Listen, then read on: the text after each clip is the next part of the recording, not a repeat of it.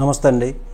చంద్రబాబు గారు మొన్న ఈ మధ్య ఏమన్నారంటే, Hyderabad is Telugu community, I create for community, not some people.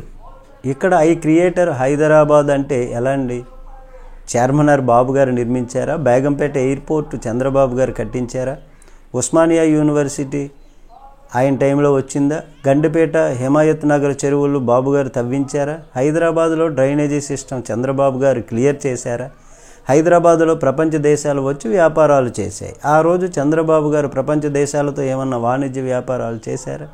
Golconda port, అందున హై క్రియేటర్ హైదరాబాద్ అంటే ఎలా సాధ్యం ఉంది? ఎలా సాధ్యపడుతుంది? ఇది విచిత్రమే కదా. ఎవరు క్రియేట్ చేశారు హైదరాబాద్ని? హైదరాబాద్ ఎప్పటి నుంచో అభివృద్ధి చెందుతూ వస్తూ ఉంది. హైదరాబాద్ క్రియేటెడ్ ఇప్పటిది కాదు, చాలా కాలం నుంచి జరుగుతోంది. కానీ హై క్రియేటెడ్ హైదరాబాద్ అంటే ఎలా సాధ్యపడుతుంది? అంతకుముందు హైదరాబాద్ లేదా? ఇప్పుడు కాదు, స్వాతంత్ర్యానికి పూర్వం హైదరాబాదులో ప్రత్యేక నాణేలను కూడా ముద్రించేవారు. అయినా ఉస్మానియా యూనివర్సిటీ ఎప్పుడు వచ్చిందండి? 1918లో కదా.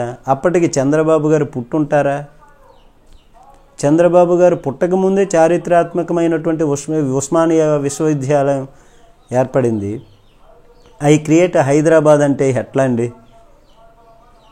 హైదరాబాదును చంద్రబాబు గారు టైంలో క్రియేట్ చేయలేదు కదా.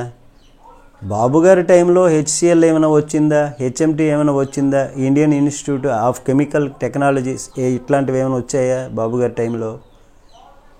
ఇవన్నీ సైన్స్ ఇన్స్టిట్యూషన్లు ఇన్ని ఉన్నాయి, నేషనల్ ఏజెన్సీస్ ఉన్నాయి, సంస్థలు ఉన్నాయి, డిఫెన్స్ సంస్థలు, ఇవన్నీ కూడా బాబు గారి సమయంలో ఏమైనా వచ్చాయా?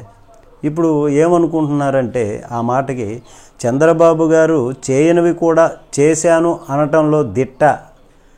ఆయన ఆ విధంగా చాణక్యత చూపించుకోగలిగినటువంటి సమర్థుడు అనేటటువంటి విధంగా అనుకుంటున్నారు.